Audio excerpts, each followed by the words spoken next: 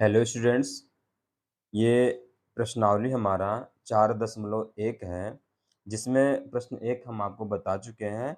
ये प्रश्न नंबर 2 है। इसमें है निम्न स्थितियों को द्विघात समीकरणों के रूप में निरूपित कीजिए। यानी जो स्थिति नीचे दी गई है, उसको क्या करना, द्विघात समीकरण के रूप में हमें निरूपित करना है, लिखना है। और उसके बाद देखिए आगे क्या करते हैं। प्रश्न पहला है इसमें, दूसरे का मतलब पहला है, इसमें 4 क्वेश्चन हैं। तो पहला इसमें है, एक आयताकार भूखंड का क्षेत्रफल 528 मीटर स्क्वायर है। क्षेत्र की लंबाई मीटरों में है, चौड़ाई के दुगने से एक अधिक है। जो लंबाई है चौड़ाई के दुगने से एक अधिक है। हमें भूखंड की लंबाई और चौड़ाई ज्ञात करनी है। तो मतलब द्विघात समीकरण इसमें निरूपित कीजिए और लंबाई चौड़ाई ज्ञात भी करनी है, प्रश्न में कह दिया है। पहले तो बोला था कि द्विघात समीकरण के रूप में निरूपित कीजिए, लेकिन इस प्रश्न में कह रहा है कि लंबाई चौड़ाई ज्ञात करनी है, तो आपको लंबाई चौड़ाई ज्ञात कर देना है। द्विघात समीकरण आप पढ़ चुके हैं, द्विघात समीकरण बनाना होगा, फिर उसे हल करना होगा। चलिए देखते हैं इसमें। मान लेते हैं माना भूखंड की चौड़ाई बराबर x मीटर, क्योंकि जो इसमें लंबाई चौड़ाई है उसको मीटरों में मानना है। तो भूखंड भूखंड की चौड़ाई x मीटर। चौड़ाई क्यों मान रहे हैं? क्योंकि चौड़ाई इसमें नहीं दिया है, लंबाई दिया है। लंबाई क्या दिया है? लंबाई कह रहा है चौड़ाई के दुगने से एक अधिक है लंबाई, लेकिन चौड़ाई नहीं पता, तो चौड़ाई को हम x मान लेंगे। माना भूखंड की चौड़ाई बराबर x मीटर, तब भूखंड की लंबाई क्या हो जाएगी? चौड़ाई की दोगुनी, यानी 2 गुणे चौड़ाई प्लस 1। अधिक कह रहा है तो प्लस 1 कर देंगे, अधिक का मतलब प्लस 1 करना होगा। चौड़ाई क्या है? x है, तो 2 गुणे x यानी 2x और प्लस 1, ये कितना हो गया? लंबाई 2x प्लस 1 मीटर। आगे देखिए, चूंकि आयताकार भूखंड का क्षेत्रफल प्रश्न में दिया है, जो आयताकार भूखंड है उसका क्षेत्रफल दिया है, तो आयत का क्षेत्रफल क्या होता है? लंबाई गुणे चौड़ाई होता है। क्षेत्रफल कितना दिया? 528 वर्ग मीटर। ये क्षेत्रफल हो गया, तो क्षेत्रफल का जो सूत्र होता है लंबाई गुणे चौड़ाई बराबर 528। तो ये क्षेत्रफल दिया है, उसके बराबर यहाँ सूत्र रखेंगे। और लंबाई कितना है? 2x प्लस 1 है, 2x प्लस 1 गुणे चौड़ाई कितना है? चौड़ाई क्या है? x है। तो 2x प्लस 1 गुणे x हो गया, लंबाई गुणे चौड़ाई बराबर किसके होगा? 528 के, क्योंकि प्रश्न में दिया गया है 528 है। आगे फिर देखिए, यहाँ पे देखिए अंदर गुणा कर देंगे, x का में 2x में गुणा करेंगे तो 2x स्क्वायर, और प्लस x का 1 में करेंगे तो x आ जाएगा। और ये 528 ये राइट में है, जब लेफ्ट में आएगा तो माइनस बन जाएगा, ये प्लस है। माइनस 528 बराबर 0, यहाँ क्या बच जाएगा? 0 हो जाएगा। अतः यही अभिष्ट द्विघात समीकरण हो गया। अब इस समीकरण को हल करेंगे, क्योंकि इसमें लंबाई चौड़ाई ज्ञात करनी है। अब 2x square plus x minus 528 बराबर 0। अब इसमें क्या करना है? माइनस 528 और 2 आपस में गुणा करना है। गुणा करने पर जो आएगा उसका गुणनखंड ऐसा करेंगे कि दो भागों में हम उसको तोड़ देंगे। और क्या आना चाहिए? प्लस 1 आना चाहिए, क्योंकि क्यों? बीच वाला पद क्या है? x का गुणांक क्या है? प्लस 1। यही इसका नियम है द्विघात समीकरण बनाने का। तो देखिए इसमें क्या करेंगे, 528 गुणे 2 करेंगे, गुणा करने पर कितना आएगा? 1056 आ जाएगा। इसको हम इस तरह से गुणनखंड कर लेंगे। और 2 कितनी बार? 5 है, 2 दूनी 4, दूनी 8, दूनी 16, दूनी 32। इसका गुणनखंड क्या हो गया? ये 32 हो गया, और एक 11 तिया 33 हो गया। तो 33 गुणे 32 528 1056 आएगा गुणा करने पर, जो इन दोनों को गुणा करने पर आ रहा है। तो इन दोनों को हम रखेंगे, और यहाँ पर माइनस होने पर भी 1 आएगा। तो गुणनखंड क्या बन गया? 33 गुणे 32 या 32 गुणे 33। और 33 गुणे 32 गुणा करेंगे तो माइनस क्या आ जाएगा? 1056। गुणा करने पर माइनस आना चाहिए, क्योंकि गुणा दोनों गुणा हो रहा है, माइनस हो रहा है। और जोड़ने या घटाने पर प्लस 1 आना चाहिए। 33 में से 32 घटेगा तो 1 आ जाएगा। तो गुणनखंड क्या बन गया? 33 और 32। तो 33 प्लस में हो जाएगा, 32 माइनस में हो जाएगा। अब क्या करेंगे? इसको दो भागों में लिख दिए, ये ऐसे ही रहेगा, ये ऐसे ही रहेगा, ठीक है ना। द्विघात समीकरण आप लगा चुके हैं, इसके पहले बता चुके, कई वीडियो है, जाके देख लीजिएगा। तो यहाँ पे 2, यहाँ पे देखिए 2x स्क्वायर है, यहाँ पर 33x है, दोनों में कॉमन क्या मिलेगा? x मिलेगा, क्योंकि 2 कॉमन लेंगे, 2 यहाँ कॉमन नहीं मिलेगा। मतलब कॉमन का मतलब भाग लेना होता है। x अगर इसमें से भाग लेंगे, दोनों में से कॉमन लेंगे, तो इसमें x से भाग करेंगे तो 2x बचेगा, 2x स्क्वायर में x से भाग करेंगे 2x बचेगा, इसमें x से भाग करेंगे 33 बचेगा। फिर कॉमन लेने का मतलब भाग लेना। माइनस इन दोनों में कॉमन क्या मिलेगा? 16 मिलेगा, क्योंकि जो यहाँ बच रहा है वही यहाँ भी बचना चाहिए, ठीक है ना। और यहाँ पर जो है क्या बचेगा प्लस, क्योंकि दोनों जो है एक जैसा होना चाहिए। तो माइनस कॉमन ले लिए, 16 दूनी 32 यानी 32x में 16 से भाग करेंगे 2x आ जाएगा। 16 दूनी 32 2x 528 में 16 से भाग करेंगे 33 आ जाएगा, बराबर क्या होगा 0। अब दोनों में क्या है सेम दिख रहा है दोनों कोष्टक में, एक ये पद एक ये पद, दोनों पद में से 2x प्लस 33 कॉमन हो गया, यानी इसमें जो है कॉमन करेंगे 2x प्लस 33, यानी इसमें भाग करेंगे 2x प्लस 33 ये कट जाएगा, केवल x बचेगा। इसमें जब भाग करेंगे 2x प्लस 33 से ये पूरा कट जाएगा, 16 बचेगा, माइनस 16 बराबर 0 हो गया। इसके बाद देखिए एक बार 2x प्लस 33 बराबर 0, एक बार x माइनस 16 बराबर 0 हो जाएगा, क्योंकि इसका जब मान निकालेंगे a जाएगा 0 के बटा हो जाएगा, पूरा पद 0 हो जाएगा, इसका मान निकालेंगे तो a जाएगा 0 बटा हो जाएगा, इसका मान 0 हो जाएगा।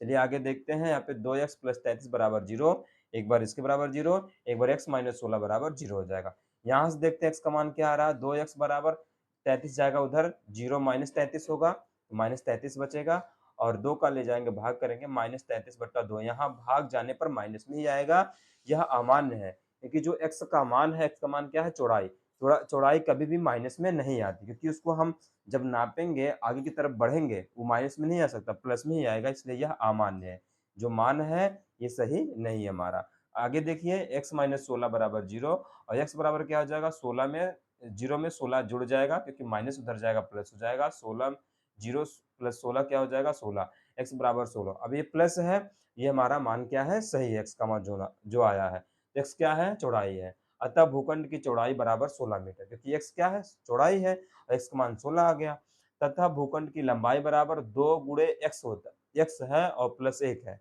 x का मान कितना 16 है, तो 16 दूनी 32 1 33, तो इस तरह से जो है लंबाई क्या हो गया 33, लंबाई चौड़ाई ज्ञात करना था, इस तरह से ज्ञात कर लेंगे। इसमें दूसरा प्रश्न है, दो क्रमागत धनात्मक पूर्णांकों का गुणनफल 306 है, हमें पूर्णांकों को ज्ञात करना है। दो क्रमागत धनात्मक पूर्णांक है और उसमें क्या करना है दोनों को ज्ञात भी करना है।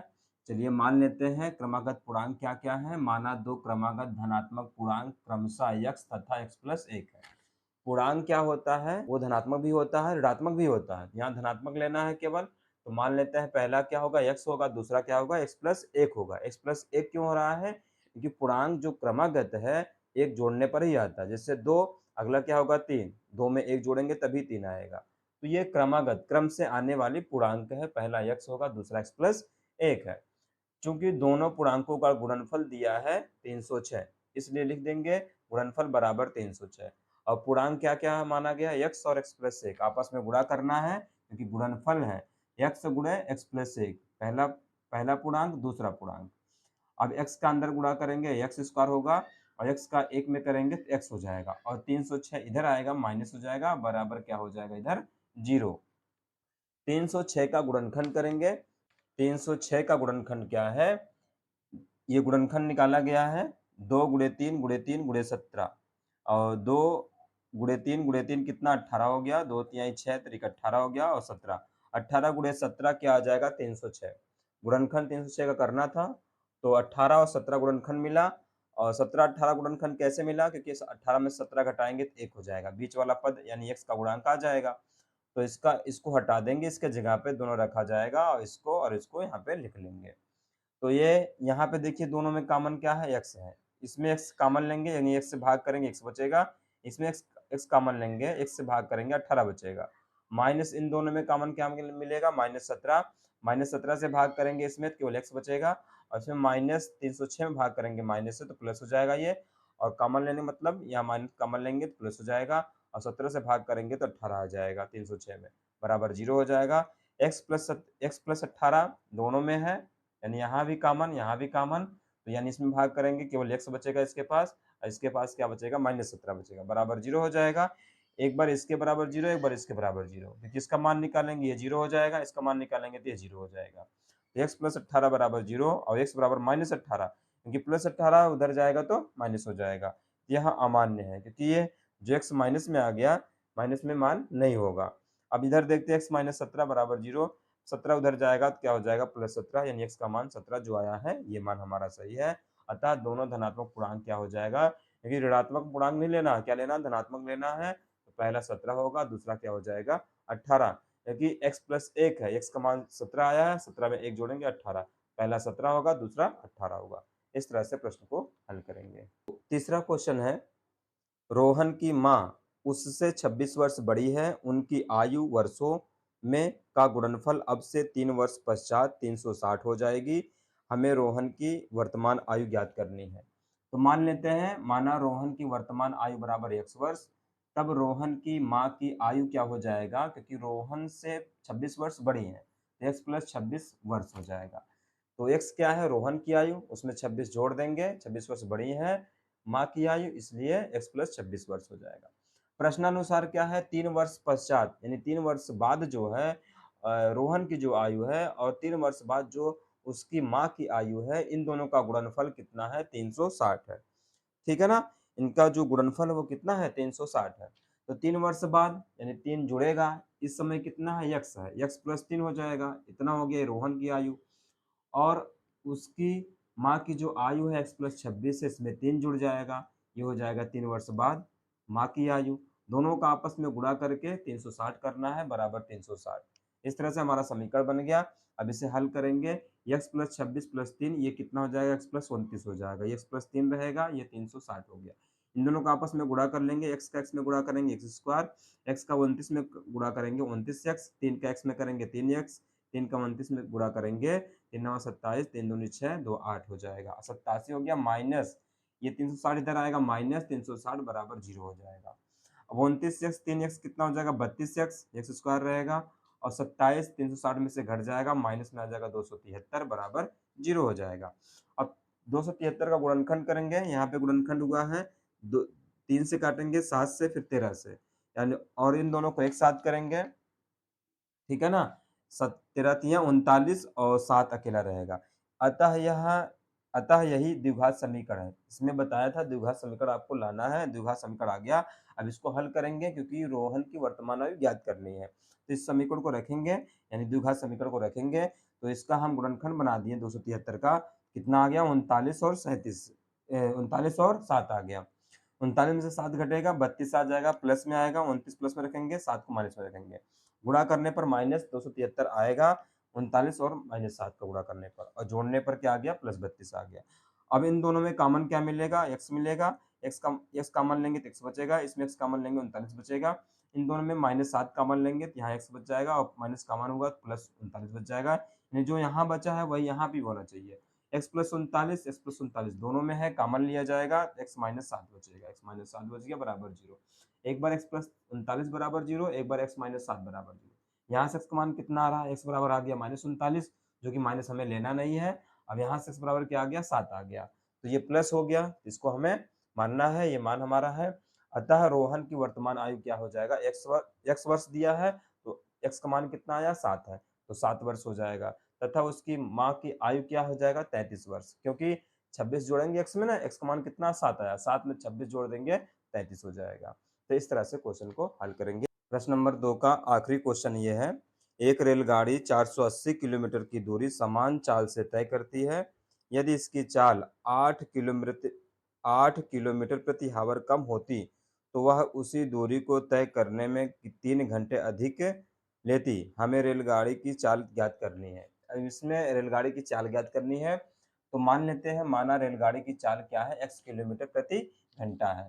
तो इसमें देखिए, जब चाल मान लिया गया x है, तो दूरी कितनी है, 480 किलोमीटर दूरी तय करने में लगा समय, समय क्या होता है, दूरी बटा चाल होता है। दूरी कितनी है, 480 बटा चाल क्या है, x है, तो 480 बटा x घंटे, यानी समय क्या निकल गया, जब 480 किलोमीटर जाएगा इस चाल से, x किलोमीटर प्रति घंटे से जाएगा। अब देखिए, जब रेलगाड़ी की चाल 8 किलोमीटर कम हो जाता है, तब उसकी चाल क्या हो जाएगी, x माइनस 8, क्योंकि चाल क्या था, x था, 8 कम हो जा रहा है, x माइनस 8 हो जाएगा। 8 kilometre x minus 8 kilometre kilometre प्रति घंटा हो जाएगा। उसके बाद देखिए, जब चाल जो है तब 480 किलोमीटर दूरी तय करने में लगा समय, अब समय कितना लगेगा, वही चाल दूरी बटा चाल से, चाल दूरी कितनी है, 480 है, और चाल कितना है, x माइनस 8 है, तो 480 बटा x माइनस 8 घंटे हो जाएगा।